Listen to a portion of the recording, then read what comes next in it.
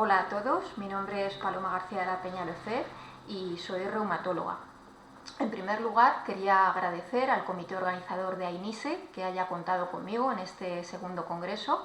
Para mí es un honor estar aquí y he de deciros que yo no conozco el mundo del caballo, pero que desde luego soy amante de los animales y bueno, pues que a nivel personal estoy convencida de su efecto terapéutico, pero como profesional en la medicina, pues me parece muy bien el realizar estudios científicos que se adapten al método científico, y estoy aquí en calidad de especialista en reumatología pues para intentar aclararos ciertos conceptos, ya que esta especialidad no es muy bien conocida y muchas veces se confunden términos como reuma en general, artralgias, artritis, artrosis, y me parece fundamental pues aclarar un poquito todos estos conceptos y espero conseguirlo. Por supuesto, si no, me podéis hacer todas las preguntas que queráis y a través de email o como estimen en AINISE, y bueno, pues voy a empezar la charla. Bueno, primero quería hablar sobre algunos tópicos en reumatología, como yo llamo verdades y falsedades dentro de la reumatología. La reumatología es una rama, es una especialidad médica que al mismo tiempo pues, tiene su rama de la medicina interna, pero también de la pediatría, ¿vale? No es una especialidad en la que solo veamos personas mayores, es uno de los primeros tópicos que es falso. La reumatología afecta a personas de todas las edades. Evidentemente hay algunos procesos que son más característicos en personas de la tercera edad, como es la artrosis o ciertos tipos de osteoporosis, pero en general todas las enfermedades reumáticas abarcan todas las edades, todas las horquillas de edad. De hecho, hay enfermedades que afectan específicamente a niños, como es la artritis idiopática juvenil. Por lo tanto, no es una especialidad exclusiva de mayores. Tampoco es exclusiva del dolor de huesos. La gente siempre que dice, tengo reuma, ¿no? Bueno, para nosotros decir reuma es como no decir nada. Reuma es una palabra que viene del griego y que quiere decir dolor. Pero bajo ese término están englobadas un montón de enfermedades, más de 200 enfermedades diferentes, ¿vale? O sea que eso, primero que quede claro. ¿Qué vemos? Pues vemos sobre todo las enfermedades del aparato locomotor, del aparato musculoesquelético. ¿Qué ves? Pues músculos, articulaciones, ligamentos, huesos, pero también somos especialistas de las enfermedades autoinmunes sistémicas, como veremos luego dentro de un ratito en una diapositiva. Por lo tanto, el libro, ese concepto general de reuma, ya nos lo vamos quitando de la cabeza. Hay enfermedades que son diferentes. Bueno, aquí en esta diapositiva podéis ver lo que es la clasificación general de las enfermedades reumáticas.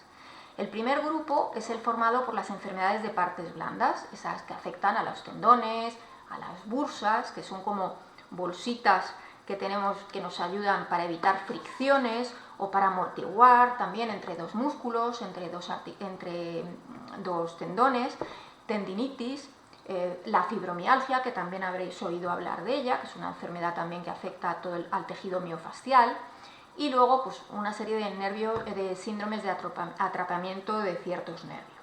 El segundo bloque y el más numeroso en cuanto a prevalencia son las artropatías. Son aquellas enfermedades que afectan a las articulaciones principalmente. Y dentro de ellas tenemos diferentes tipos que son muy importantes. Uno que el nombre suena muy feo porque es degenerativo y está formado por la artrosis. Degenerativo en reumatología quiere decir desgaste, ¿vale? No degenerativo, término tremendo, sino imaginaros la suela de un zapato, ¿no? Y yo en vez de decir es que se me ha desgastado la suela, dijera se me ha degenerado la suela, ¿no? Para que entendáis. La artrosis es la patología reumática más prevalente. Y no es lo mismo decir artrosis que decir artritis, son cosas diferentes, como luego explicaré en otra diapositiva.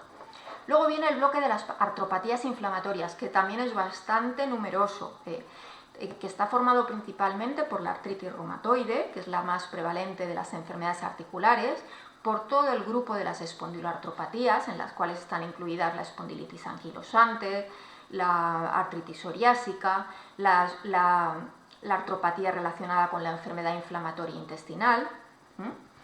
Y luego también ahí está metida la artritis idiopática juvenil con todas sus variantes, que hay bastantes.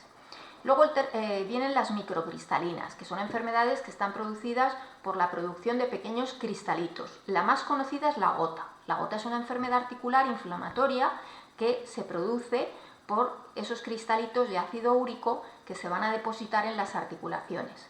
También ahí está metido el grupo de las condrocalcinosis, que son por cristales de pirofosfato cálcico, otro tipo de cristalitos. Metabólicas, ahí tenemos también la hemocromatosis, que está relacionada con los depósitos de hierro del hígado, la ferritina, ese hierro que está aumentado y bueno, pues también produce un tipo de patología a nivel articular. Hay veces que hay determinados cánceres que se manifiestan también con artritis, con inflamación. Dentro de ella, por ejemplo, en los niños, siempre que hay una artritis, uno de los procesos que hay que descartar son las leucemias. Y bueno, y también puede haber ¿por qué no?, una artritis que sea infecciosa. Hay una vía de entrada, a lo mejor una pequeña herida, se llega a la articulación ese germen y se produce una artritis infecciosa, una artritis séptica y que también pues hay que tratar, por supuesto. Luego tenemos un tercer bloque, que son las enfermedades del metabolismo óseo, que esas no producen generalmente artritis, excepto en algunas ocasiones, si por ejemplo en la enfermedad de Payet, que tenemos un aumento de tamaño del hueso, podemos tener sensación, también signos de calor, de inflamación, pero este grupo, digamos que son como aparte, dentro del tema que vamos a tratar hoy, porque son enfermedades relacionadas con alteraciones del metabolismo óseo, alteraciones del metabolismo del calcio y del fósforo.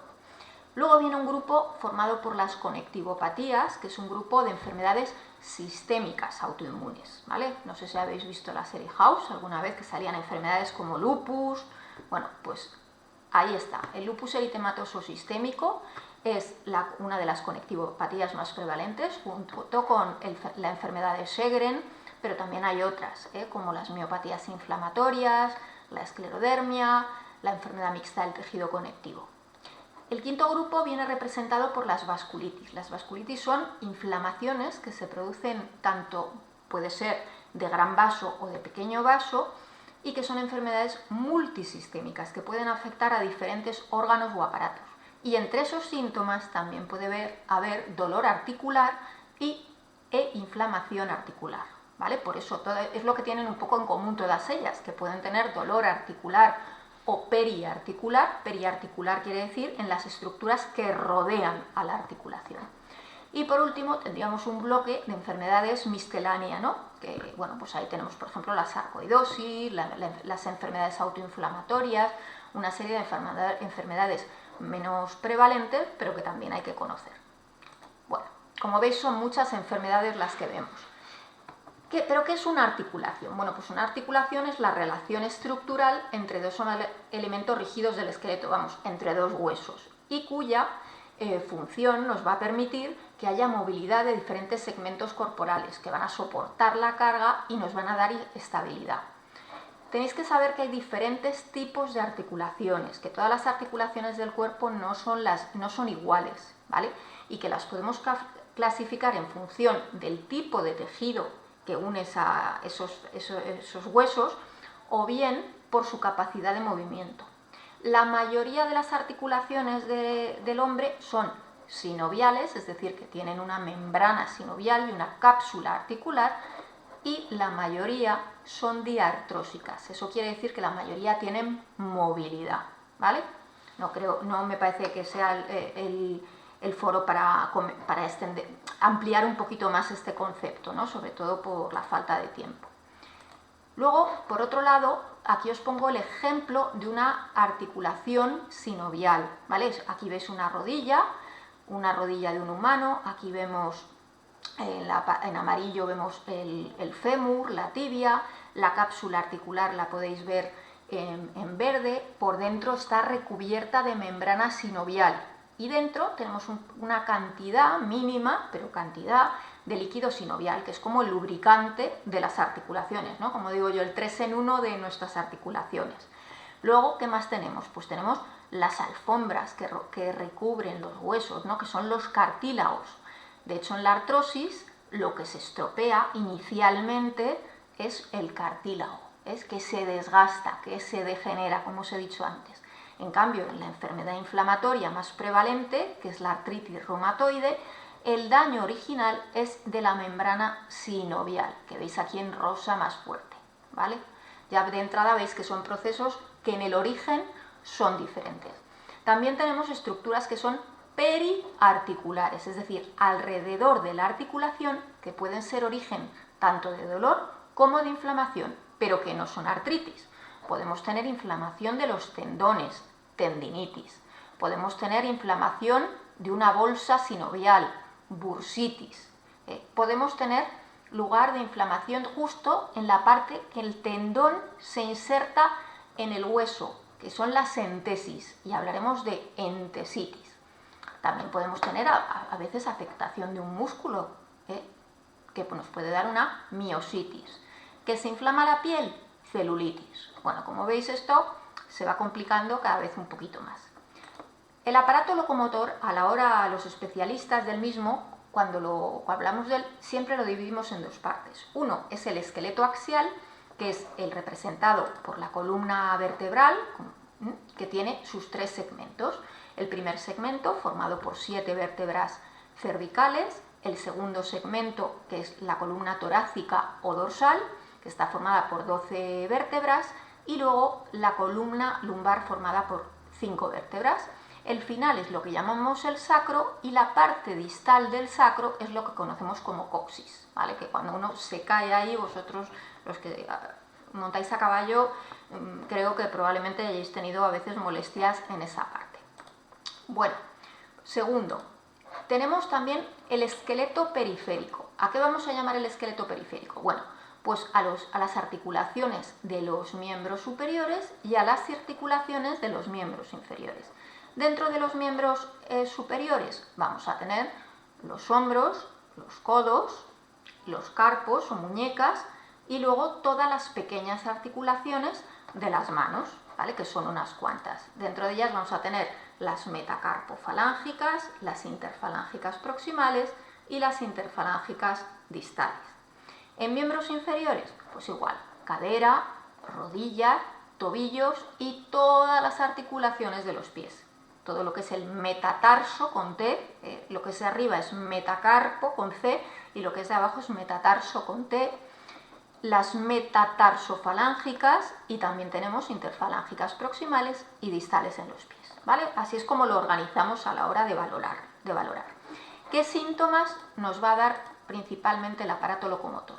Pues estos son los 3 síntomas principales, ¿no? Dolor, limitación al movimiento y signos inflamatorios. Vamos a empezar hablando del dolor. ¿El dolor cómo es? Bueno, pues primero, ¿cómo lo vamos a denominar? Artralgia es un término general que sirve para decir cuando tenemos dolor en una articulación, en general, ya sea muñecas, hombros, artralgias. Motivo de consultas, artralgias generalizadas o artralgias en miembros superiores, ¿vale? Ahora, si queremos ser un poquito más finos, hay términos específicos para hablar de cuando nos duele una articulación determinada. Que nos duele la rodilla, pues por ejemplo nos veréis escribir gonalgia, cuando duelen las rodillas, coxalgia, cuando duele la cadera, metatarsalgia, los metatarsos, omalgia, dolor de hombro. Bueno, mialgias es cuando duelen los músculos, las masas musculares. Y luego en la columna, pues también, si duele la columna cervical, hablaremos de cervicalgia. Si de repente uno pues empieza con un dolor agudo, ¿no? Ahí en la zona entre las paletillas, tendrá una dorsalgia interescapular, entre las dos escápulas, entre los dos omóplatos. Lumbalgia, quien no ha tenido un lumbago, ¿no? Es la manera, digamos, médica de decir lumbago, lumbalgia. Y cuando nos duele esa puntita del final de la columna, el coxis, hablaremos de coxigodinia, ¿vale? No sé si me seguís, si hay alguna duda, por supuesto. Luego también, además de cómo dominamos, hay que ver el tipo de dolor. Principalmente tenemos o el dolor mecánico o el dolor inflamatorio. Dolor mecánico es un dolor que aparece con el movimiento o al inicio del mismo. Por ejemplo, La persona que tiene una artrosis de rodilla, al levantarse justo o al bajar una escalera, ¿vale? Justo le da dolor ahí, pero en cambio en reposo no tiene dolor, ¿vale? O sea, ejemplo de dolor mecánico, la artrosis. Dolor inflamatorio, justamente es un dolor que aparece aunque esté en reposo y que suele mejorar a medida que voy moviendo las articulaciones. Eso no quiere decir que en brotes de artritis muy importantes me duela tanto en reposo como con el movimiento. Pero así, en términos generales, lo que los va a diferenciar es su aparición tanto en reposo como con el movimiento. Eso es lo que va a diferenciar el dolor mecánico y el dolor inflamatorio. A veces podemos tener dolor de características mixtas, como os digo, es decir, puedo tener un dolor mecánico que en un momento dado, una artrosis, también puede tener cierto componente inflamatorio, ¿vale? O viceversa, o una artritis tan evolucionada que también tenga dolor al moverse, ¿vale? Bueno, esto en cuanto al dolor. En cuanto a la inflamación, ¿qué vamos a entender por inflamación? Bueno, pues en condiciones normales, como os he dicho, existe un poquito de líquido en el espacio articular, lo que hemos llamado de líquido sinovial. Ese líquido es producido por esa membrana que os he enseñado en rosita pálido, antes, bueno, rosita pálido pero un poco más intenso, y que sirve pues para lubricar y para nutrir el cartílago, esas alfombrillas que recubren las articulaciones, para disminuir el roce. A veces, en ciertas situaciones, hay un aumento de ese líquido sinovial, ¿vale? Eso lo llamaremos derrame articular, aumento de líquido sinovial. A veces, si eso es a expensas no solo de líquido sinovial, sino de sangre, hablaremos de hemartros, porque también en una articulación puede haber aumento de sangre. Ahora, ¿cuáles son los signos? La diferencia entre un síntoma es lo que el paciente o lo que la persona refiere al médico, pero no se ve. En cambio, un signo es lo que el médico ve, o bueno, el médico o cualquier persona ve de manera objetiva, ¿vale? Diferencia entre síntoma y signo. Bueno, pues la artritis, evidentemente hay que diferenciarla. Aquí vemos un derrame articular, no podemos tocar, ¿no? Pero probablemente esa rodilla pues estaría también con aumento de temperatura. A veces también se acompaña de enrojecimiento, de rubor por fuera, rubor, calor, signos de inflamación, signos de flogosis. Pero hay que diferenciarla también de otras inflamaciones, como he comentado antes, de la celulitis, inflamación de la piel. Puede haber tendinitis, inflamación de los tendones. Aquí vemos una bursitis del codo, de esta bursa de aquí, que tenemos, que se llama bursa olecraneana. Y a veces puede haber una infección en un hueso, una osteomelitis. Suelen ser, he dicho infección porque la mayoría de las osteomelitis suelen ser infecciosas, por eso he dicho eso. Bueno, además del dolor, de la inflamación y de la limitación, ¿qué más tenemos? Pues tenemos la limitación de la movilidad. La movilidad, tenéis que saber que cuando la valoramos hay que valorar diferentes aspectos. Una movilidad pasiva, la que se consigue con la aplicación de una fuerza, pero no la realiza el paciente. Imaginemos que esto es mi mano de un médico y esta yo soy, mi brazo izquierdo es de paciente. Yo no estoy moviendo el brazo, me lo está moviendo el fisioterapeuta, el médico. Movilidad pasiva. Movilidad activa es la que realizo yo de manera voluntaria, sin ayuda de nadie, solo en contra de la fuerza de la gravedad. Aquí estoy flexionando y extendiendo mi codo de manera voluntaria y no tengo más peso que el que ejerce la gravedad. La movilidad contrarresistida, pues la que realiza el sujeto de forma voluntaria, pero frente a una fuerza opuesta. Imaginemos que aquí tengo el fisioterapeuta que me está ejerciendo una fuerza y yo extiendo el codo, flexiono y extiendo, pero contra una fuerza. Y por último está la movilidad asistida, que es la movilidad que ejerce alguien, pero con ayuda. Movilidad asistida. Bueno, con todos estos síntomas, que todavía nos falta alguno, dolor, inflamación y limitación, cogemos una coctelera y nos va a ir dando varios patrones de afectación. Eso lo podemos clasificar bien en función de dónde vienen los síntomas, articular, como os he dicho, o de las estructuras periarticulares, o del hueso, o visceral, porque a veces hay dolores articulares que no tienen su origen en la articulación, sino que son irradiados de otro problema que tenemos en el organismo, por ejemplo en una víscera, ¿no? Un dolor irradiado al hombro. Acordaros, a la gente que sufre un infarto, a veces el dolor se le irradia hacia el hombro y hacia el brazo, ¿vale? Luego tener claros si son síntomas inflamatorios, como hemos dicho, o síntomas no inflamatorios.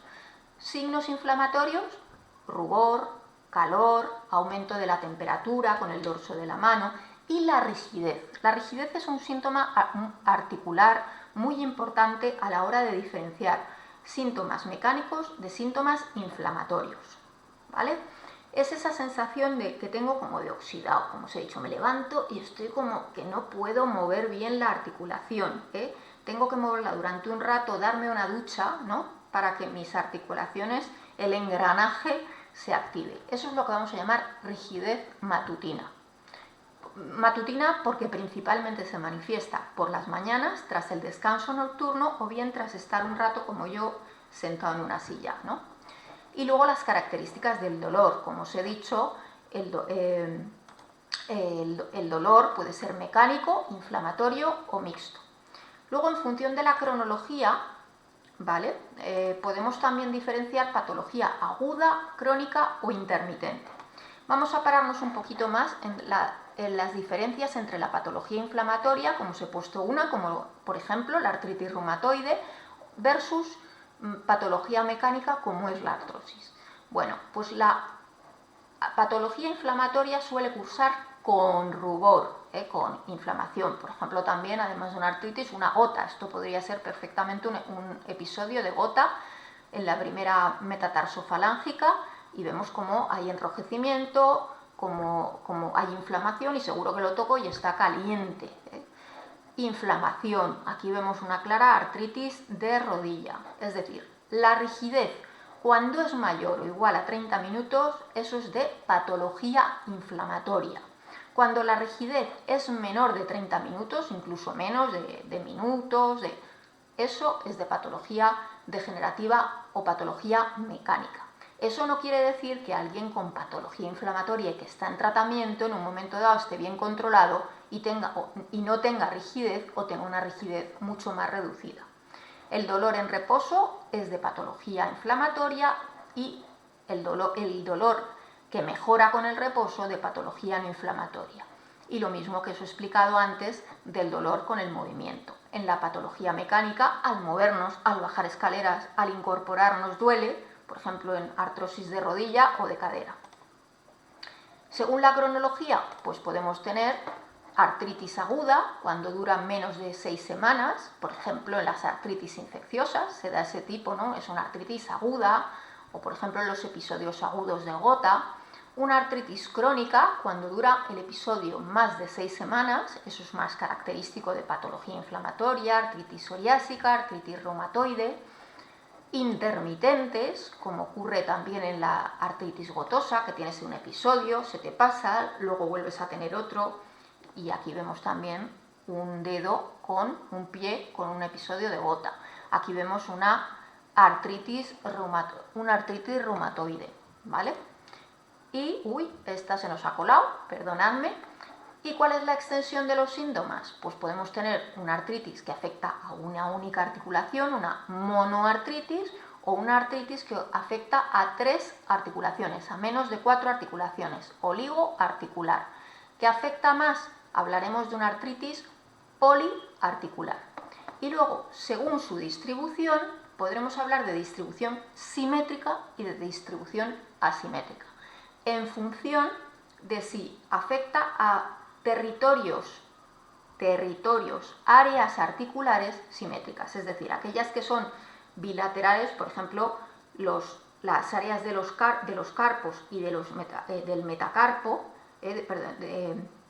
pues no se refiere a que se me afecte una articulación y una articulación, sino áreas articulares. Se me afectan los metacarpos, los dos, aunque luego dentro de cada metacarpo se me puede inflamar la tercera o la segunda o la cuarta.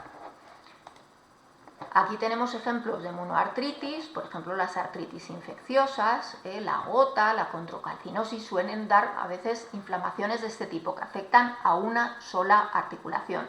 Las oligoartritis, pues de 2 a 3 articulaciones. Eso ocurre más en la artritis reactiva, en las espondiloartropatías.